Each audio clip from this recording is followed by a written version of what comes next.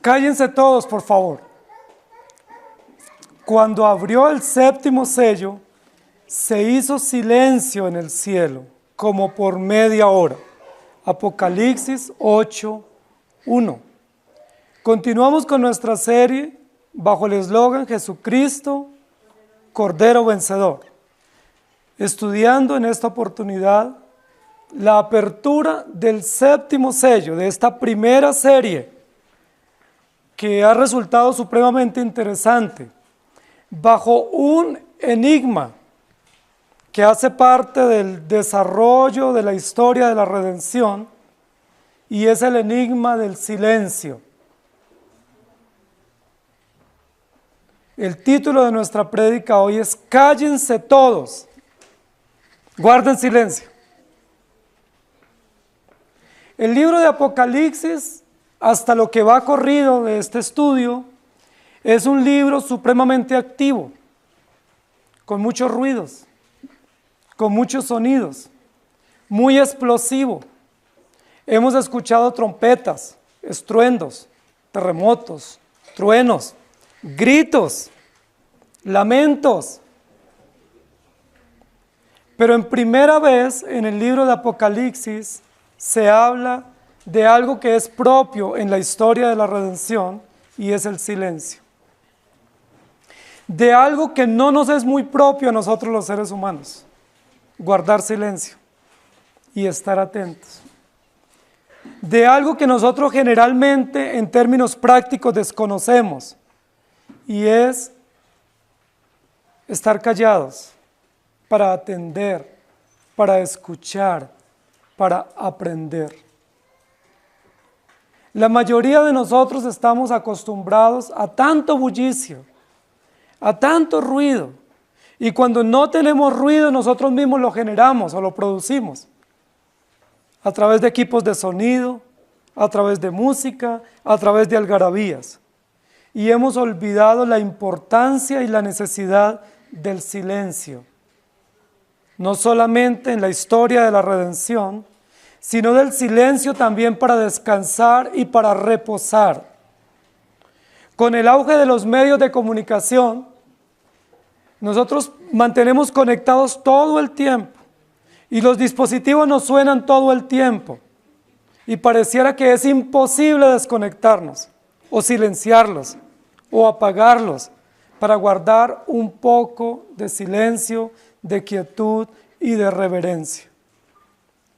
7 sellos nos han tenido en vilo desde el capítulo número 5. Los primeros 5 sellos describiendo terribles realidades de anuncios en la historia de la redención que tienen que ver con la muerte, con las consecuencias del pecado, la carestía, la enfermedad y toda la tragedia del martirio de los creyentes. Y estamos nosotros ante la apertura del séptimo sello. Hemos dicho en reiteradas oportunidades que la primera serie de 7, que son los 7 sellos, hablan de la apertura o el inicio de la historia de la redención y todas las bases de la historia de la redención, representadas con 7 sellos en un rollo, y que ese rollo tiene que ver con el decreto eterno de la redención que Dios mismo o el Cordero mismo está abriendo y revelando ante nosotros. Hubo un interludio del capítulo número 7. Fue como un intermedio musical, y en ese interludio musical se nos mostró una realidad de la multitud vestida de ropas blancas, adorando en el trono celestial. Y luego el capítulo número 8 abre con el séptimo sello, que se va a constituir en el inicio o en la apertura de la segunda serie de 7, que serán las 7 trompetas, que nos van a ocupar en los siguientes capítulos. Cuando abrió el séptimo sello, termina el interludio y volvemos a nuestra serie para cerrar la serie de 7. El séptimo sello, se hizo silencio en el cielo como por media hora. Este silencio en el cielo ha sido producto de algunas bromas, porque dicen que ese silencio es mientras entran los presbiterianos, porque el resto del tiempo entrarán los carismáticos. Otros han dicho que este silencio tiene que ver con el silencio previo a la venida del Señor en su segunda oportunidad. Otros más osados dicen que el silencio en el cielo es porque Jesús y todos los ángeles se vinieron para la tierra y el cielo quedó vacío por media hora y por eso hay silencio. Son algunas de las interpretaciones que se han dado equivocadas o distorsionadas con relación a este tema del silencio. Yo quiero que nosotros evaluemos que la historia de la redención tiene básicamente 3 momentos históricos, que lo hemos visto y lo hemos analizado en el libro de Apocalipsis: la promesa, el cumplimiento y la consumación. Pero hemos visto también que en la descripción o manifestación práctica del pacto eterno de redención, o de la historia de la redención, en el lugar de culto había 3 lugares, y lo hemos visto también. Los 3 lugares básicos del lugar que Dios dispuso de culto en el tabernáculo era el atrio, el lugar santo y el lugar santísimo. ¿Recuerdan? En cada uno de esos lugares de esa tienda de adoración se realizaban acciones propias relacionadas con la redención. En el atrio se oficiaban los sacrificios. En el lugar santo se oficiaba la exposición de la ley o la oración de los creyentes, y en el lugar santísimo se daba el veredicto final o se anunciaba la expiación por el sumo sacerdote. Y yo quiero que relacionemos este silencio justo con esos 3 momentos y 3 lugares en la historia de la redención. Yo quiero que nosotros notemos que el silencio aquí no es un silencio impuesto. No se pide silencio en este versículo. No dice, y cuando se abrió el 7º sello, se pidió que hicieran silencio. No dice en este texto que hubo un llamado público a guardar silencio. Sencillamente dice, se hizo o hubo silencio. Ahora, ¿quiénes eran los que estaban participando en esta celebración en los capítulos previos a esta descripción? ¿Quiénes participaron? Los ángeles, ¿cierto? Los 24 ancianos, los 4 seres vivientes, ¿y quién más? Capítulo 7. La gran multitud de salvos de todas las lenguas, pueblos, tribus y naciones. Es decir, toda esa multitud, ese conglomerado representando la iglesia, los salvos de todos los tiempos y todo el coro o la corte celestial, absolutamente todos guardaron silencio en el cielo. Ahora es importante que ese silencio, además de que no fue un pedido de silencio, sino como una parte natural en la celebración, como una parte integral de la celebración, sucede en el cielo. Y la Biblia va a estipular el periodo de este silencio. Y yo quiero que nosotros pensemos cuán importante es el silencio en la historia de la redención y cuán importante es el silencio en la relación del pacto de Dios para nosotros. Entonces comencemos. En primer lugar, una característica o una aplicación práctica del silencio tiene que darse a la entrada del tabernáculo. ¿Cuál es el primer lugar a la entrada del tabernáculo? El atrio. El atrio era como el patio de llegada o la sala de llegada o el lugar de encuentro o el punto de encuentro.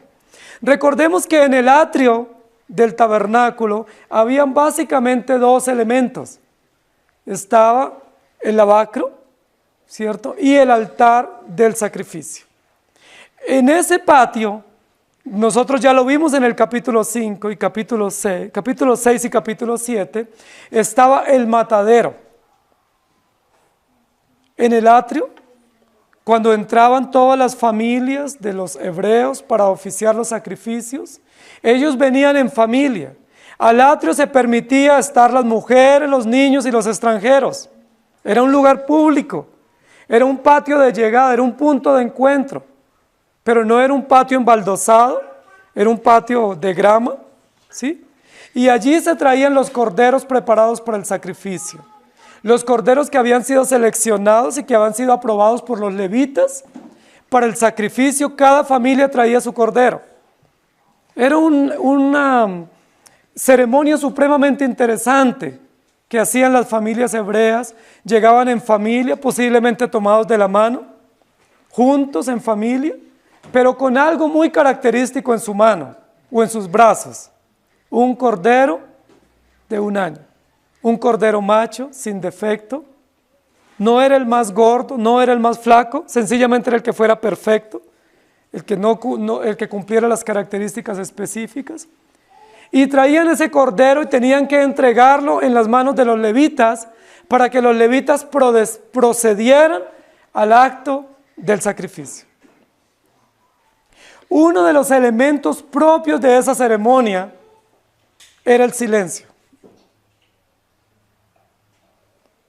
La Biblia en ningún lugar describe que los hebreos llegaban a esta ceremonia con gritos de júbilo, o saltando, o brincando, o en algarabía.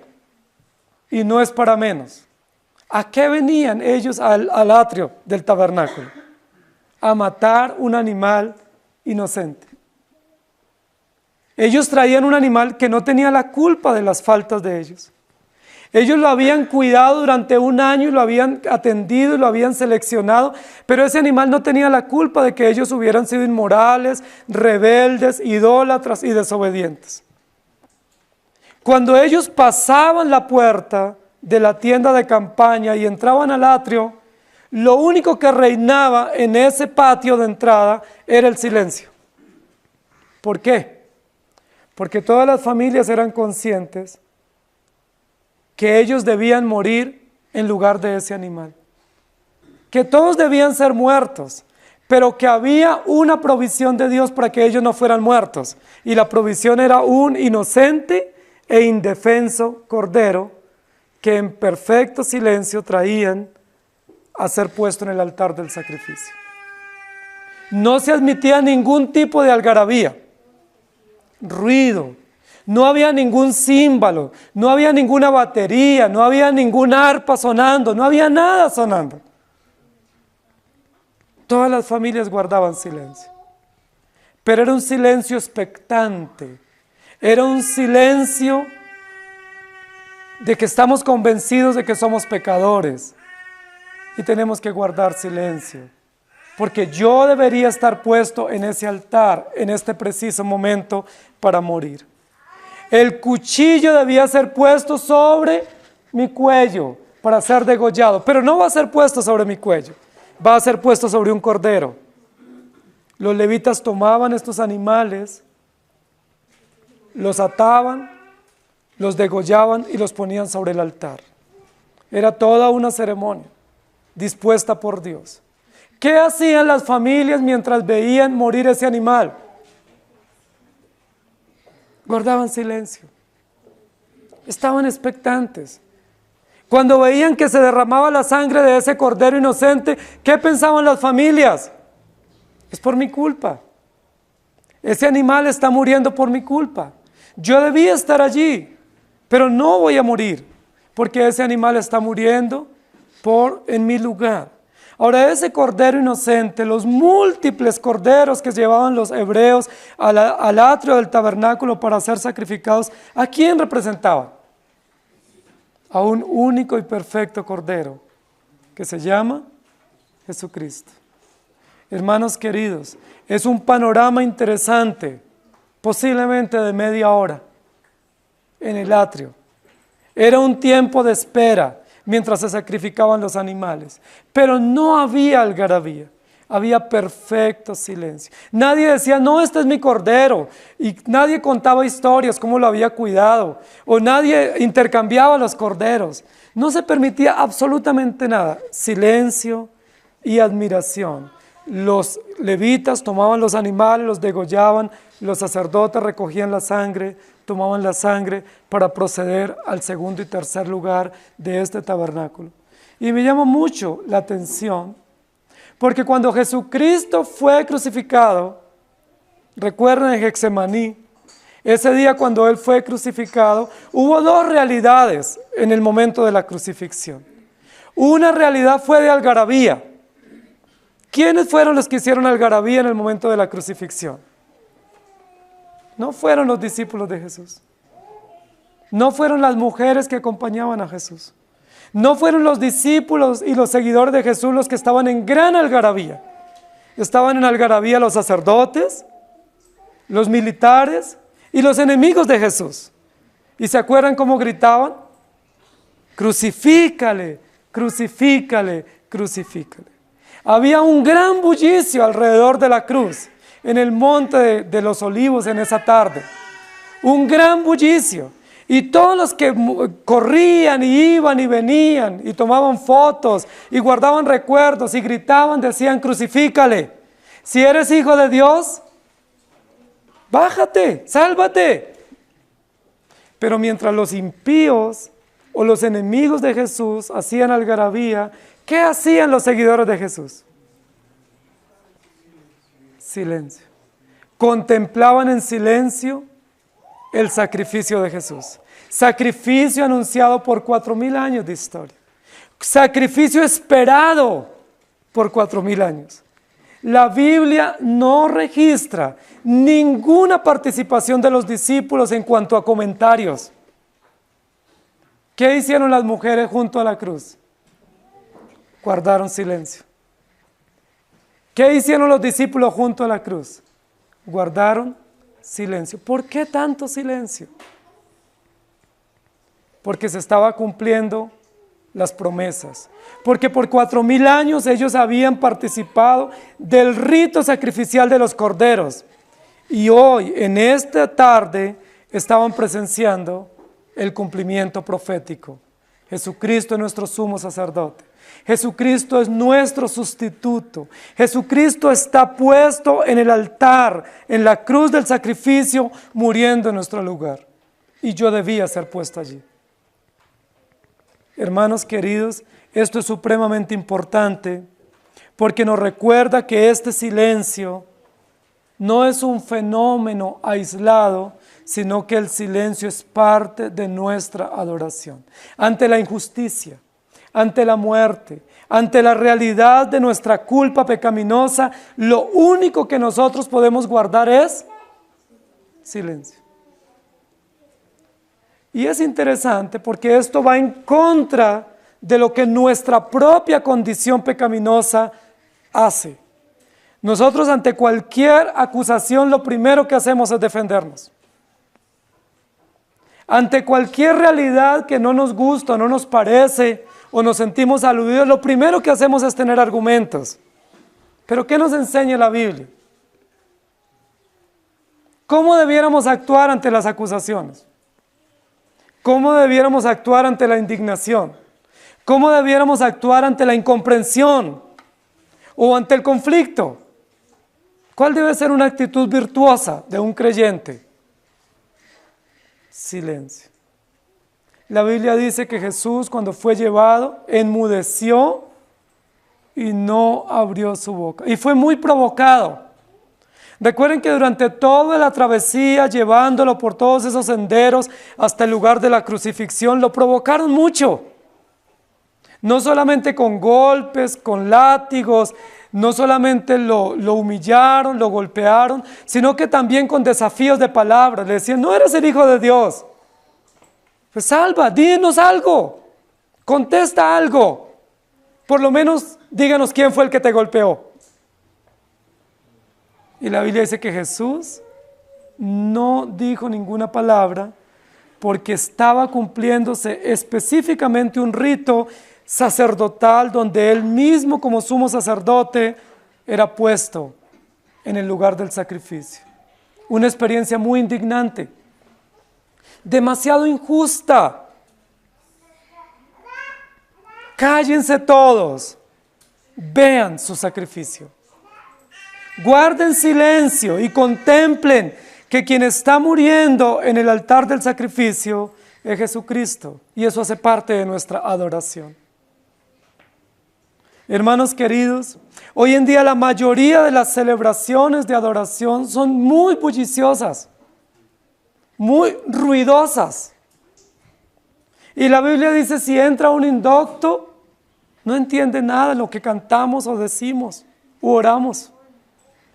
Hoy en día en nuestras celebraciones pareciera que el gozo se muestra entre más ruido hay. Y la Biblia dice todo lo contrario. Para dar testimonio de nuestra fe y de nuestro gozo y nuestra adoración, debemos ser reverentes y estar en silencio. ¿A quién adoramos? A Dios. Guarden silencio. Hubo silencio cuando Jesús fue crucificado. Y como la multitud enardecida no guardaba silencio, dice la Biblia que hubo oscuridad como por 3 horas. ¿Y ahí qué hizo la multitud? Guardó silencio. Verdaderamente, este era el Hijo de Dios.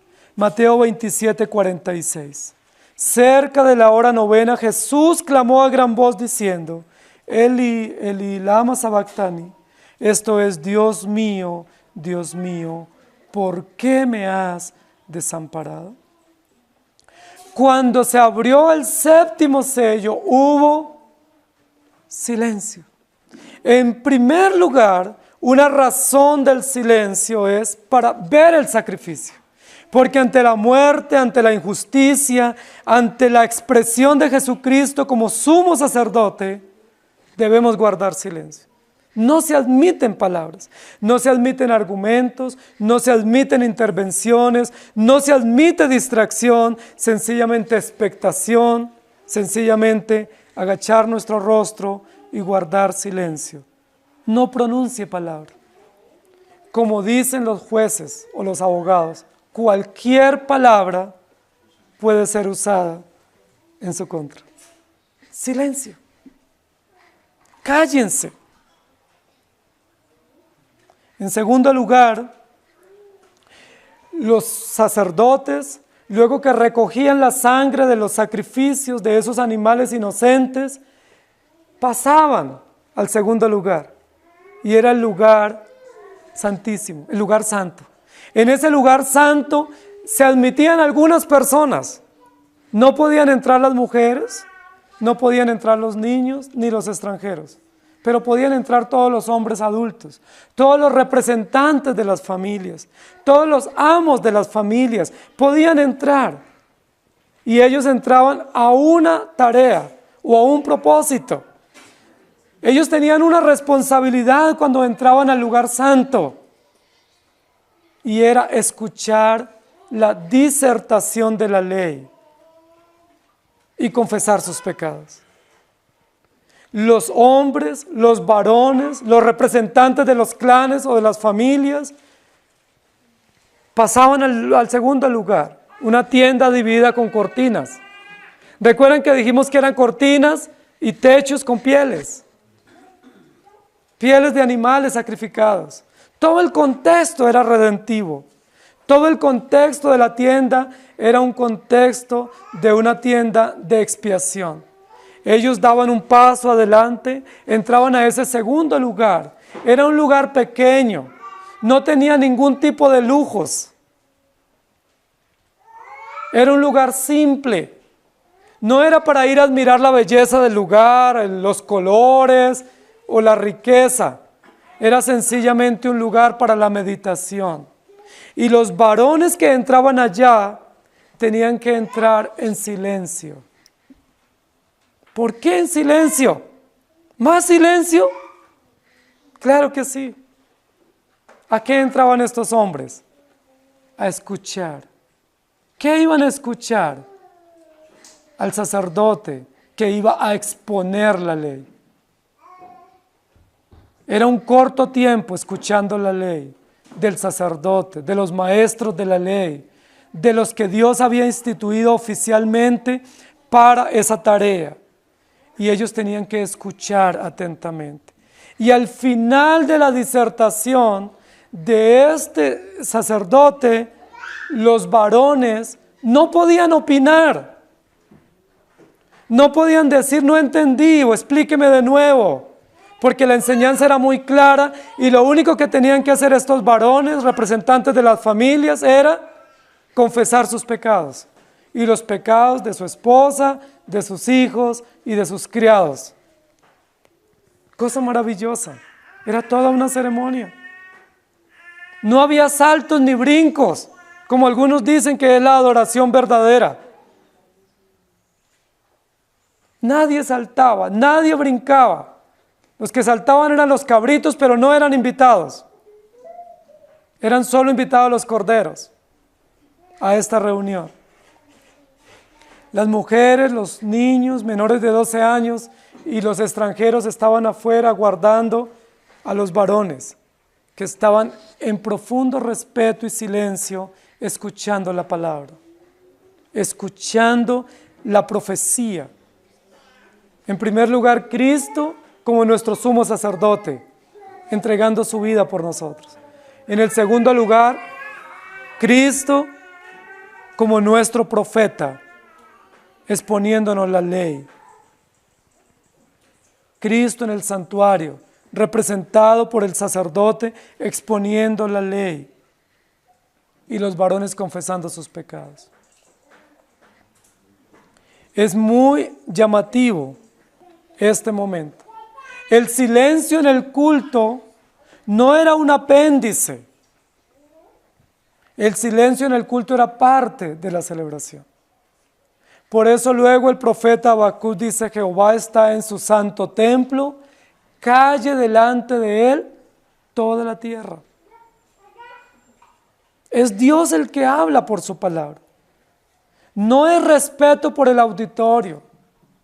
No es respeto por el que está al lado, es respeto a Dios a quien adoramos y a quien servimos. Si aún los ángeles guardan silencio, si aún los 24 ancianos guardan silencio, si aún la Biblia dice que la creación guarda silencio, ¿cuánto más nosotros debemos guardar silencio ante la palabra y ante nuestro Dios? Ahora, ¿cuál era uno de los propósitos de guardar silencio en el lugar santo? Escuchar lo que se dice.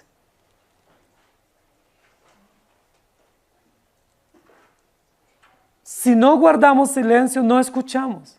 Y si no escuchamos, no entendemos. Y si no entendemos, ¿de qué nos arrepentimos?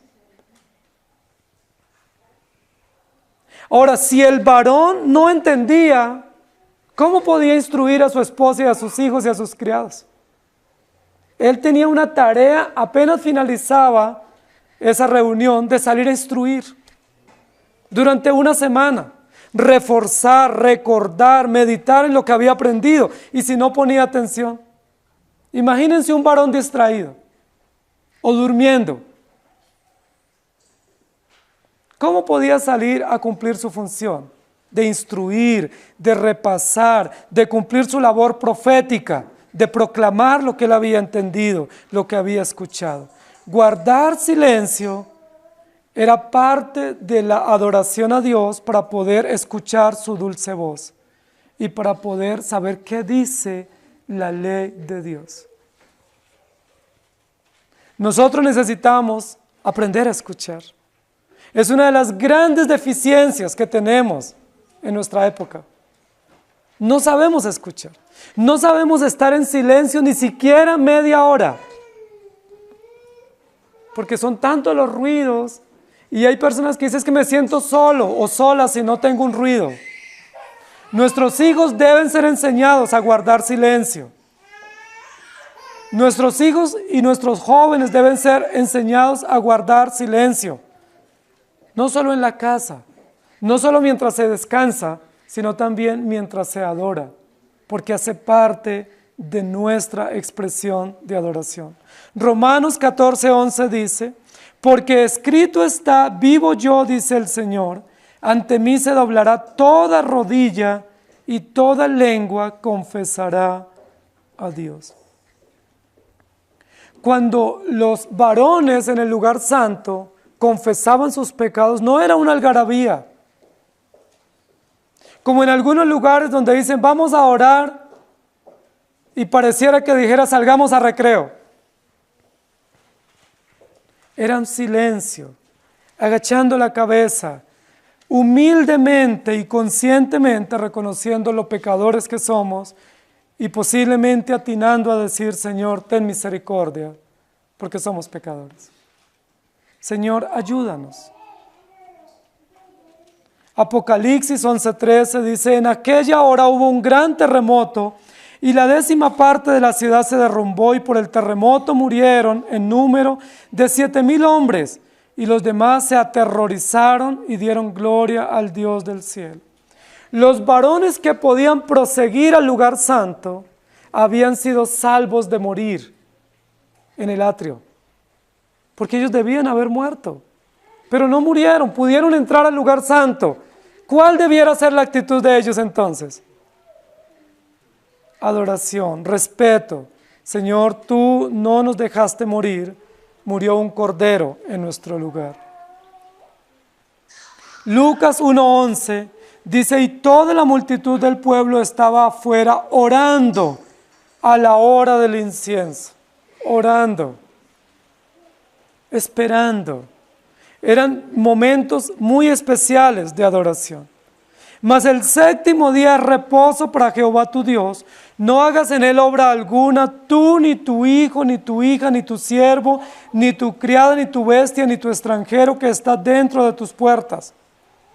Éxodo 20:10.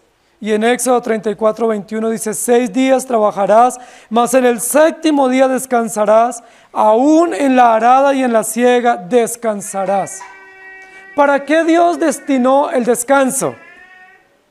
El descanso está unido al silencio. Si se va a descansar o se va a reposar, es porque va a haber silencio. No se debe trabajar, pero es un silencio o un reposo dedicado a nuestro Dios. Isaías 58:13 dice, si retrajeres del día de reposo tu pie, de hacer tu voluntad en mi día santo, y lo llamares delicia, santo, glorioso de Jehová, y lo venerares, no andando en tus propios caminos, ni buscando tu voluntad, ni hablando tus propias palabras. Y luego Habacuc 2:20, mas Jehová está en su santo templo, calle delante de él toda la tierra. Sofonías 1:7, calla en la presencia de Jehová el Señor, porque el día de Jehová está cercano, porque Jehová ha preparado sacrificio y ha dispuesto a sus convidados. Zacarías 2:13, calle toda carne delante de Jehová, porque Él se ha levantado de su santa morada. La Biblia habla del silencio.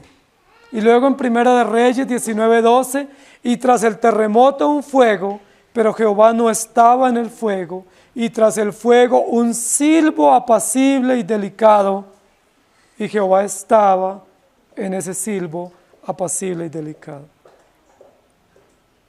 Cuando abrió el 7º sello, se hizo silencio, como por media hora. Es muy interesante que aquí no diga que hubo silencio por media hora. Es un término de tiempo indefinido, como por media hora, o aproximadamente, o quizás media hora. Ahora, cuando está hablando aquí de media hora, está en relación con otras expresiones de tiempo.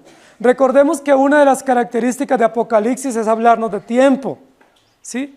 3 días, 1 semana, 3 años, 3 años y medio, 1000 años, 40 días. Apocalipsis está lleno de expresiones de tiempo y aquí hay una expresión de tiempo indefinida, como por media hora. Literalmente no sabemos cuánto es esa media hora. Nos está hablando de un periodo, nos está hablando de un tiempo. Probablemente es el tiempo requerido diariamente para la adoración a nuestro Dios. Guardar silencio como por media hora en el atrio, luego media hora en el lugar santo y luego como por media hora en el lugar santísimo. No vayan a pensar que la celebración de culto de los hebreos era de media hora. Qué bueno un culto de media hora, ¿no? Rápido nos desocupamos para nuestras cosas. Pero Dios dispuso un día para adorarle. Y en tercer lugar, cállense todos. Porque el sumo sacerdote entra al lugar santísimo. A ese lugar santísimo solo podía entrar el sumo sacerdote una vez al año para celebrar una ceremonia que se llamaba el Día de la Expiación. Así se llamaba la ceremonia que el sumo sacerdote oficiaba. Recuerden que el lugar santo y el lugar santísimo estaba separado por un velo o por una cortina de lino. No habían puertas, no eran necesarias las puertas en el lugar santísimo o en los dos lugares, sino que era una cortina que se podía levantar o se podía abrir y podía entrar el sumo sacerdote. ¿Quiénes podían presenciar esa ceremonia? Los varones que estaban en el lugar santo podían presenciar allí, entre bambalinas, la ceremonia que estaba oficiando el sumo sacerdote, pero no podían pasar los varones allá. Era un lugar exclusivo. Allí estaba el arca de la alianza. ¿Quién es nuestra alianza?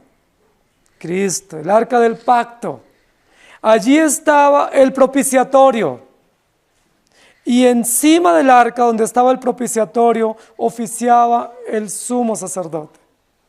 Hermanos queridos, allí se escuchaba un veredicto. Y el veredicto era el veredicto real o el veredicto judicial que se tenía que dar. Todos los que estaban en el lugar santo eran culpables. Y el juez o el rey o sumo sacerdote estaba atrás del arca de la alianza y tenía que dar un veredicto. Es muy importante esto, porque el veredicto decía o el dictamen decía si los que estaban allí eran inocentes o culpables o sobre qué base ellos eran declarados inocentes. Son tres elementos de la adoración. Primer lugar, el sacrificio. Segundo lugar, la confesión, el escuchar la ley proféticamente. Y el tercer lugar, guarden silencio, porque se va a dar el veredicto. Cuando un juez en un altar o en un atrio va a dar el veredicto, se requiere silencio. Porque lo que diga el juez es la palabra final. Lo que él diga se tiene que cumplir. ¿Ustedes qué creen que hacían los varones mientras el sumo sacerdote estaba en el lugar santísimo? Silencio. Porque el sumo sacerdote estaba haciendo una ceremonia y luego al terminar la ceremonia concluía con un veredicto. ¿Ustedes se imaginan que ese sumo sacerdote dijera, ustedes todos son culpables y los vamos a degollar?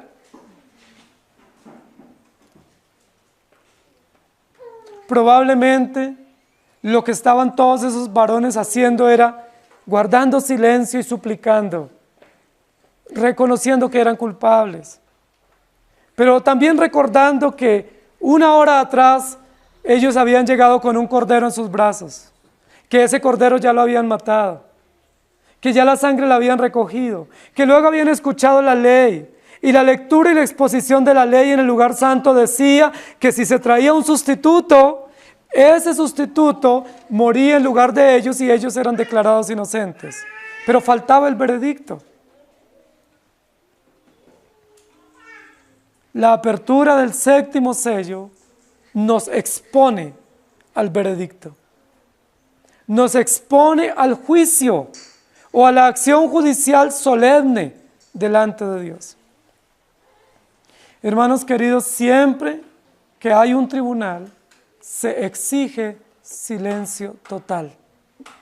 Hay intervenciones de las partes, pero cuando habla el juez para dar el veredicto, no se admite ningún bullicio. silencio total, porque de ahí depende la vida nuestra.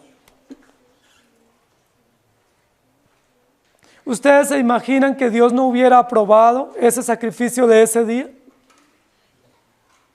¿Ustedes se imaginan que algún procedimiento en los lugares previos hubiera estado mal y el veredicto en ese lugar santísimo ese día fuera una sentencia en contra para los asistentes? Todos debían morir. Por eso recuerden que si Dios no aprobaba esa ceremonia o no aprobaba la acción o la actitud del sumo sacerdote, el sumo sacerdote moría en la hora. Oficiando la ceremonia de la expiación, él moría. Y recuerden que por eso en la parte final del fleco de la túnica, él tenía que llevar unas campanitas. ¿Sí? Que cuando él caminaba, mientras oficiaba la ceremonia ya, sonaban. Y mientras sonaban, había esperanza. Dios todavía no se ha puesto bravo con nosotros. Todavía está aprobando lo que estamos haciendo. Pero si dejaban de sonar estas pequeñas campanitas en el fleco del vestuario del sumo sacerdote, el terror invadía el auditorio. Era terrorífico. Dios no aprobó el sacrificio. Es decir, somos culpables y somos muertos. ¡Qué interesante! Nada parecido con nuestras celebraciones hoy.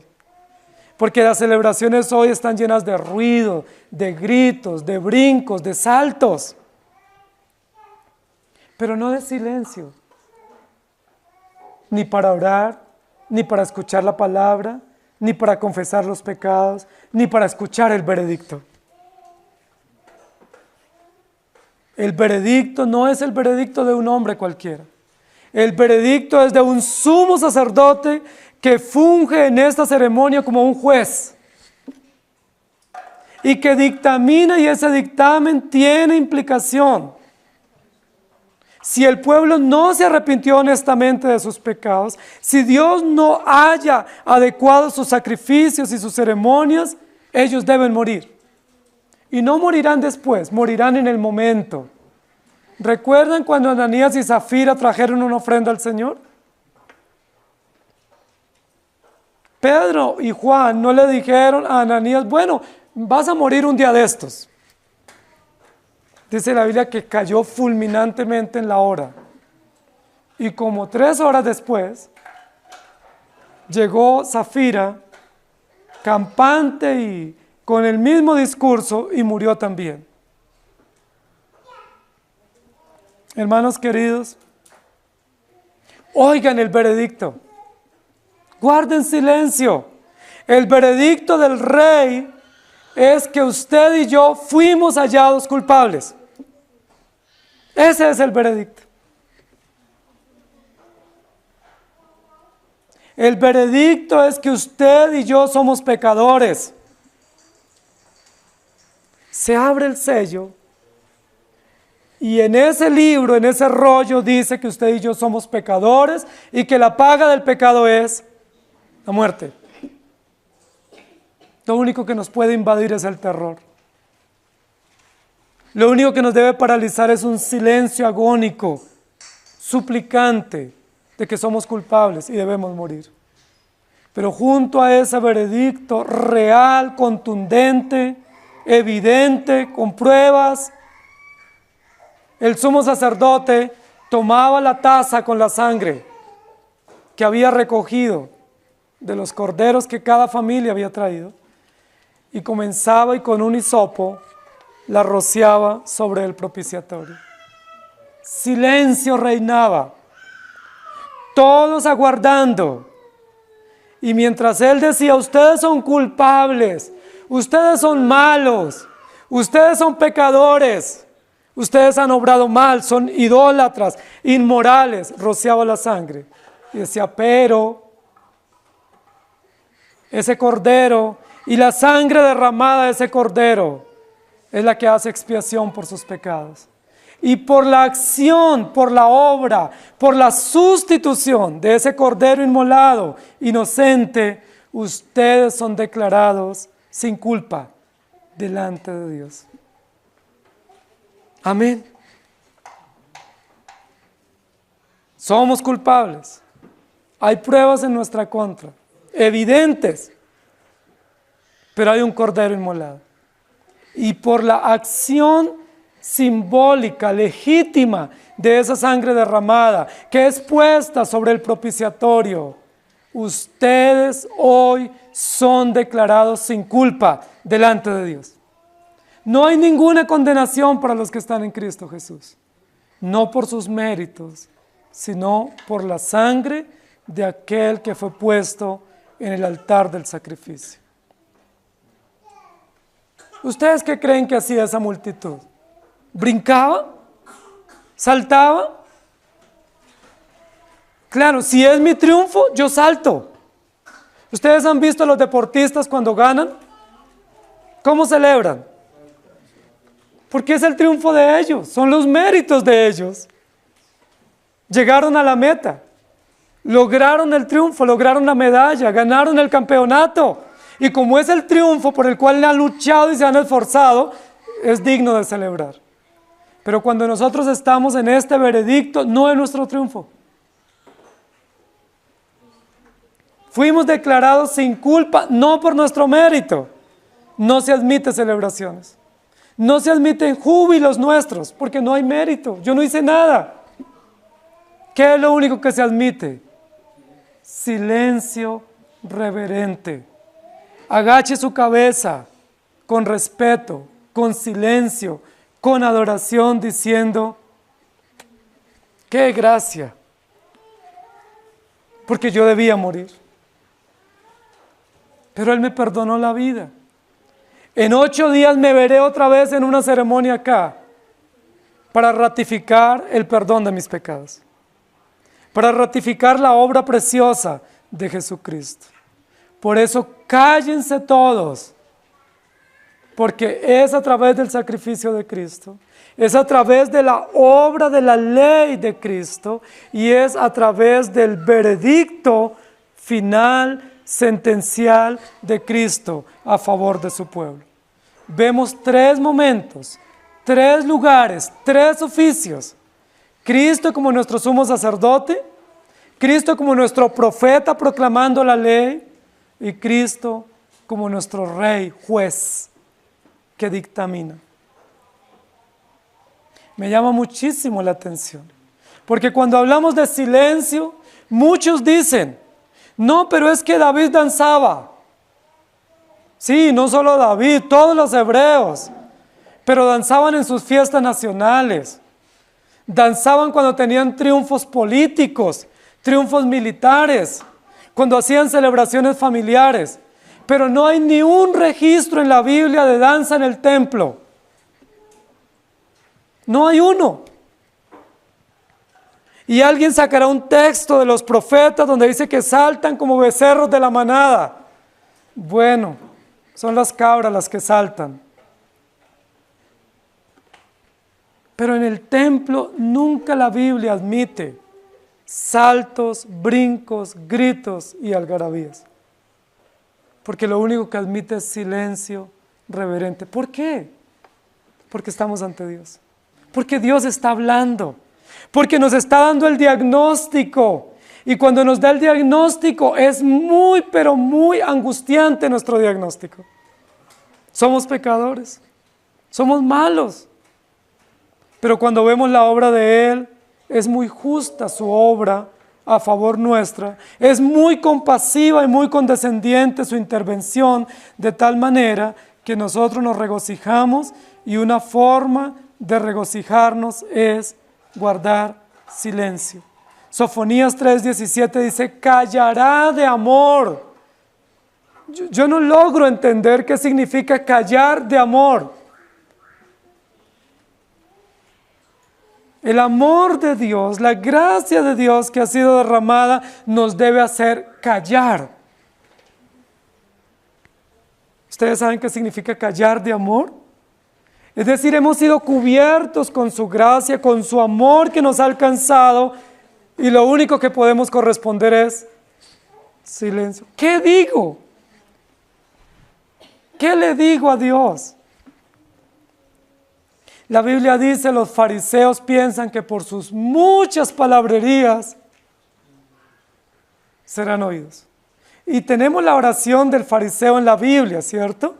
Que se acerca con una oración muy técnica, muy elaborada en su tiempo devocional, quizás en su tiempo de guerra espiritual o en su día de ayuno habitual, y levanta sus manos, cierra sus ojos y comienza: Señor, yo quiero agradecerte por todo lo que yo he hecho.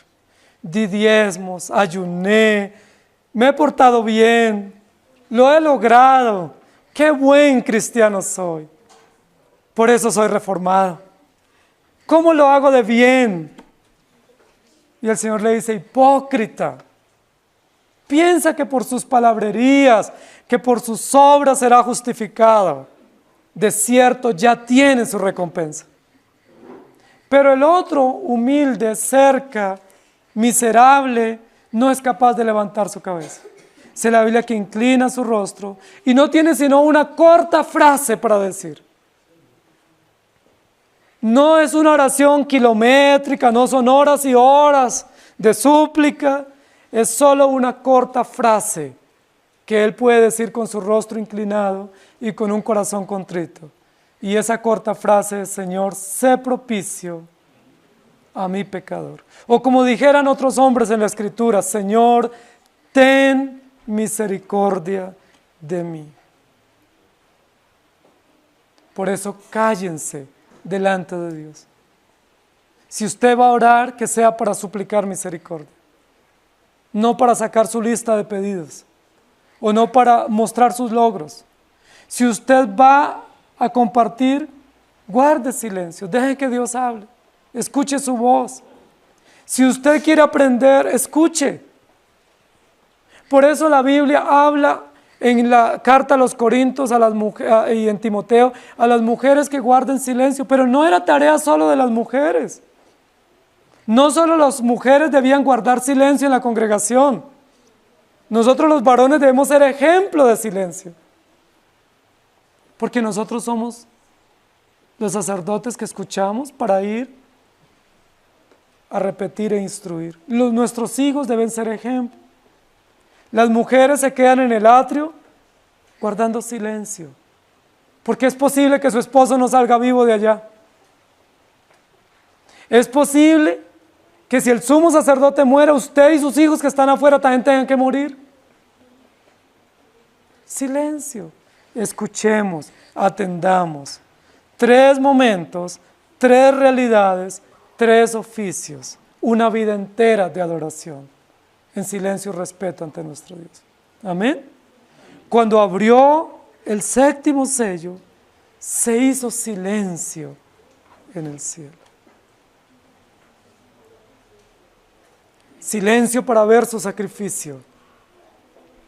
Silencio para escuchar su palabra y silencio para escuchar su veredicto. Cállense, no hablemos tanto, guardemos silencio. Señor, gracias por tu palabra. Tu palabra nos enseña. Tu palabra no solamente es tu decreto, sino que tu palabra nos da pautas, nos da instrucciones precisas de cómo debemos ir ante ti. Y hoy nos enseñas una pauta, un principio, una virtud, un aspecto del carácter que solo tú lo puedes producir en nosotros. Silencio, respeto, adoración, atención. Dice la Biblia: si tú das limosna, no hagas sonar trompeta o salterio de que lo hiciste. Si tú oras, no lo publiques. Guarda silencio. Somos tan dados a publicar nuestros fracasos, nuestros triunfos, nuestras aflicciones. Somos tan dados a defendernos. Somos tan dados a justificarnos. Somos tan dados a ser irrespetuosos, a ser altaneros, a tener argumentos. Se nos está llamando la atención y nosotros estamos interrumpiendo. Perdónanos, Señor, porque actuamos como típicos necios y no como salvos y como sabios. El principio de guardar silencio no es solo para la esposa o para la mujer en la iglesia. Es un principio para todos, para los varones, para los ancianos, para los líderes. Silencio. Respeto, porque estamos ante Dios. Y no es solo silencio en la media hora de la prédica. Es silencio en la vida, porque dependemos de Dios. Es respeto y admiración y adoración ante un Dios que todo lo ve y todo lo sabe. Guarda silencio. La Biblia dice que los astros todos los días cumplen su función y guardan silencio. Que la misma naturaleza en silencio cumple su función diaria. Y nosotros no sabemos guardar silencio ante ti, ni siquiera por media hora. Perdónanos. Ayúdanos para que lo hagamos ante ti y para que sepamos separarnos en un mundo tan agitado, tan agobiante, tan bullicioso. Sepamos separarnos, desconectarnos, apagar los sonidos para escuchar tu palabra. Que nuestros hijos aprendan a desconectarse de las redes, de la televisión, de la internet, para escuchar tu palabra, para atender tu ley, para escuchar tu veredicto. Señor, yo me veo reflejado allí, en este sacrificio. Yo debía ser ese animal puesto en el altar, pero tú no permitiste, Señor, y tú te entregaste en nuestro lugar. Cuando leo tu ley, de principio a fin, tu ley me dice y nos dice que yo soy culpable, pero que tú enviaste una provisión. Y cuando llego al veredicto, tu sentencia me dice que sigo siendo culpable, pero que tu sangre derramada es poderosa para la remisión de nuestros pecados. Ninguna condenación hay para los que están en Cristo Jesús. Hemos pasado de muerte a vida no por mérito. No tengo por qué salir a gritar y a hacer júbilo, porque tú me perdonaste. Porque no me perdonaste por mi mérito, sino por tu gracia y por tu justicia, que para mí sigue siendo incomprensible. Nos perdonaste por tu justicia y por tu gracia, que tampoco la puedo entender, ni la puedo valorar, ni siquiera la puedo explicar. Sencillamente así fue, así lo determinaste, así te plació y así lo has hecho. Hoy, cada uno de los que estamos aquí debiéramos morir. Hoy debiera ser aquí un matadero, porque somos culpables. Si logramos salir con vida hoy de aquí, no es para celebrar, sino para adorar. No es para exaltarnos, sino para reconocer que es por ti, Señor. Si no nos fulminas hoy, no es porque hayamos sido hallados buenos y meritorios y justos, sino porque tu sangre, determinada desde antes de la fundación del mundo, es eficaz para perdonar nuestros pecados. Y lo más terrible, lo más indignante de todo esto, es que de aquí saldremos a seguir pecando. Oh Señor, ten misericordia de nosotros. Auxílianos, por favor.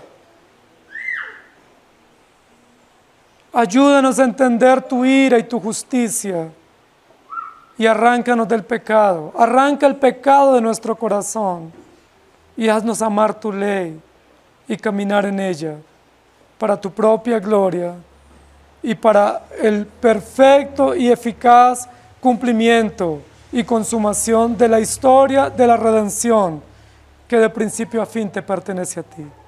En Cristo Jesús. Amén.